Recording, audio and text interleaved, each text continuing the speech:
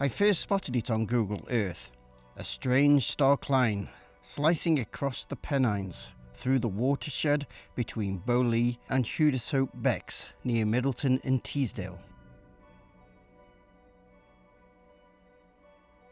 From above, it cut them all like a scar too clean, too deliberate to ignore. Before I knew anything else, I knew I had to see it for myself. It didn't look like the other hush scars I'd seen. Hushing was a mining method whereby water was dammed, then released in great torrents to tear soil from rock and expose the veins below. But this looked larger, deeper, stranger. That discovery pulled me in. The first time I saw it on the map, I felt that pull. The kind that keeps you up at night, wondering what secrets a place like this could be hiding. I couldn't shake the feeling. And so I came here not just to explore the history, but to understand the land. What carved this scar into the Pennines? Who followed it? And why? This is Rails and Revolutions, the history that built us, the forces that shaped us.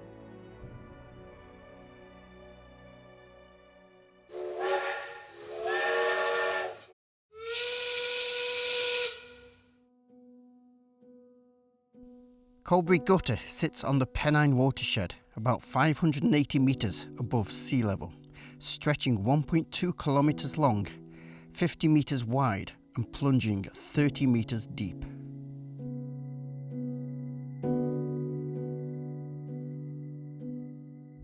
For generations, experts and locals dubbed it Teesdale's grandest hush. Evidence, they said, of medieval miners damming and flooding the hillside. They pointed to earthworks at red grooves, old mining trials upstream, and spoil heaps recorded in the 18th century. Journals, including accounts from the London Lead Company archives and writings by early mineral surveyors like Thomas Sopworth, who noted great quantities of earth removed by violent sluicing. These observers interpreted the trench as entirely the result of significant hushing works in the pursuit of lead. But in 2017, geologist John Young presented research that challenged those long-held beliefs. Though I've examined his findings, I need to see it for myself. What could carve such a trench? His fieldwork hints at an origin beyond our making, a story I'm eager to uncover when we reach the gutter's rim. Here, just off the beaten track, lie the first clues of human endeavour. An adit collapsed just inside, leading into the hillside.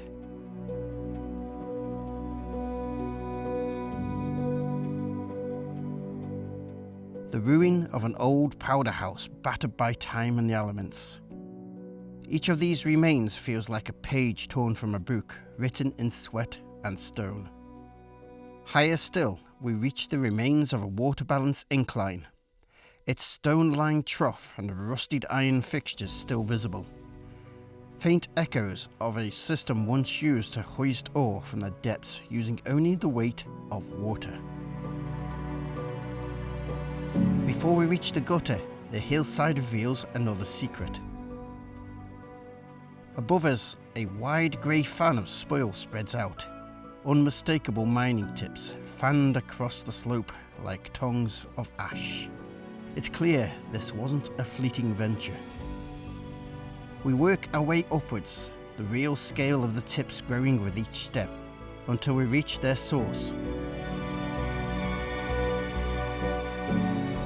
A narrow adit pierces the hillside, slate sills level, partially collapsed, but still bearing the dark breath of old ambition.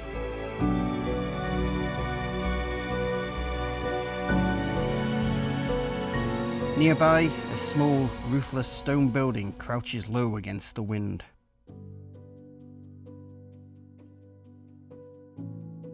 Once a two-room shop where miners lived during their working week.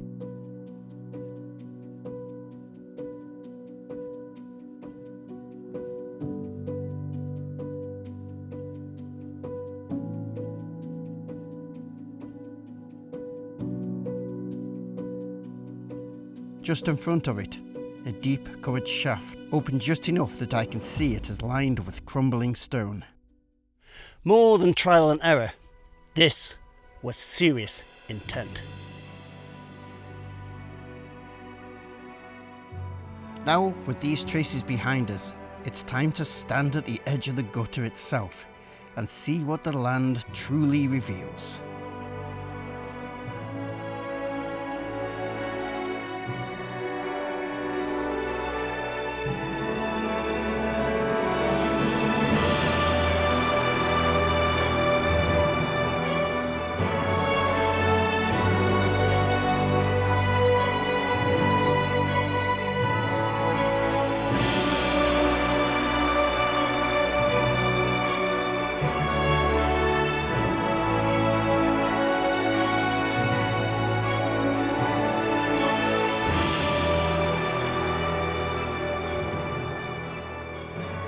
Here, the story shifts from human hands to the immense power of ice and water.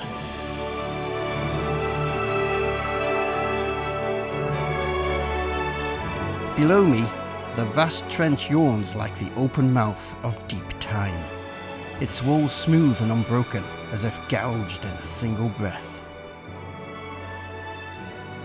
Look at what the gutter shape reveals.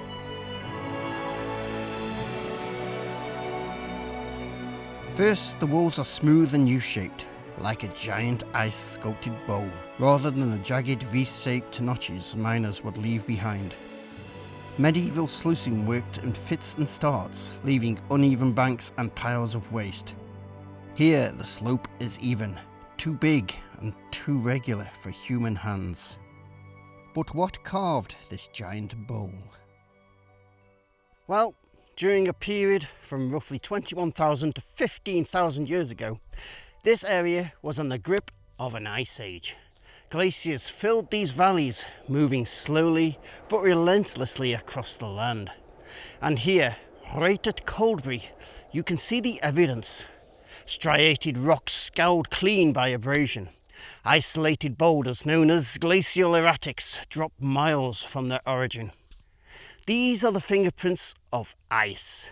Now, imagine a river unleashed from an ice dam, only this river was thousands of times stronger, rushing beneath or beside the glacier under enormous pressure. As the ice melted, meltwater surged through cracks and low points in the terrain, carving deep channels into the rock below. Like a fire hose turned to full blast against bare soil. You can see the evidence of it here. Striated rocks, smoothed by the flow, isolated boulders dropped far from their source, and channels like this, so broad and uniform, they seem unnatural. But they are nature at its most powerful. These visual clues, scattered along the slopes and floor of the gutter, point to processes far beyond anything human hands could achieve. Over centuries, these repeated surges sculpted the U-shaped channel we now call Coldberry Gutter. This rock never held enough to warrant deep vein mining. No spoil fans, no puddle waste, just a glacier's legacy etched in stone. In the 1830s, the London Lead Company arrived, bringing with them the full machinery of industry.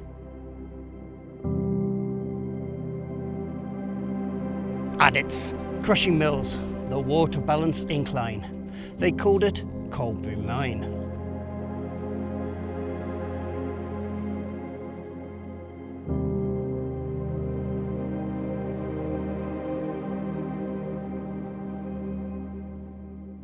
But the deeper they dug, the quieter the earth became. Although some weak veins of lead, which they sought at the time, were discovered, the promised rich veins never came. Into the 20th century, others tried.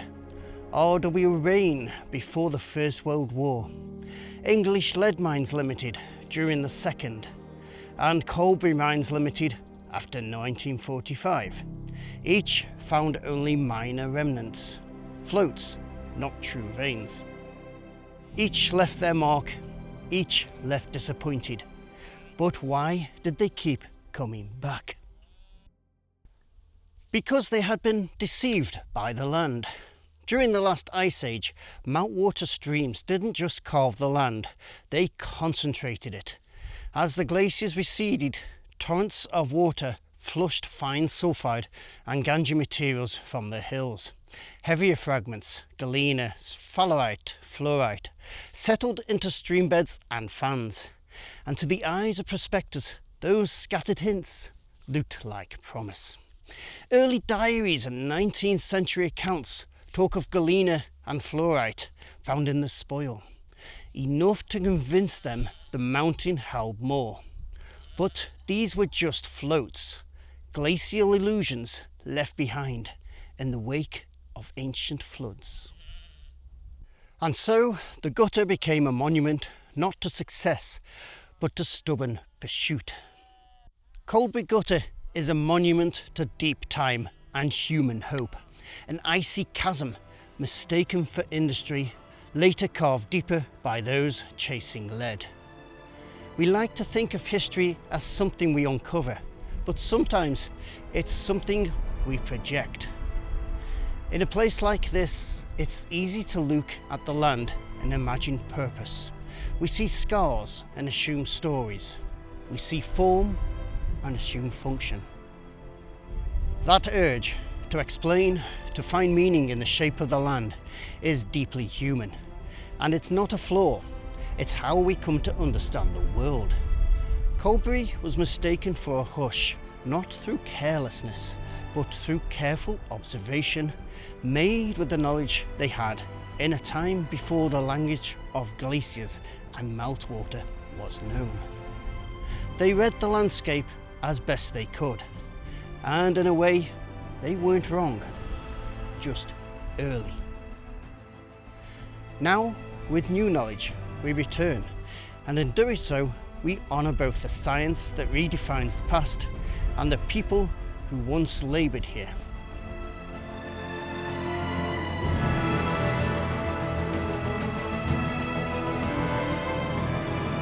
Coldberry Gutter shows us that our history is written not only in our triumphs, but in our misconceptions, and that those illusions can guide ambition, spark discovery, and ultimately deepen our understanding of both the earth and ourselves.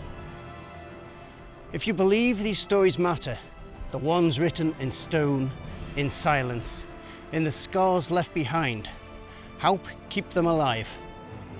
Please like the video, share it with someone who's walked these moors or stood before a landscape and felt its weight without knowing why. Subscribe for more stories from the places that shaped us. The story of this region isn't over, it's still being written, one place, one voice, one memory at a time.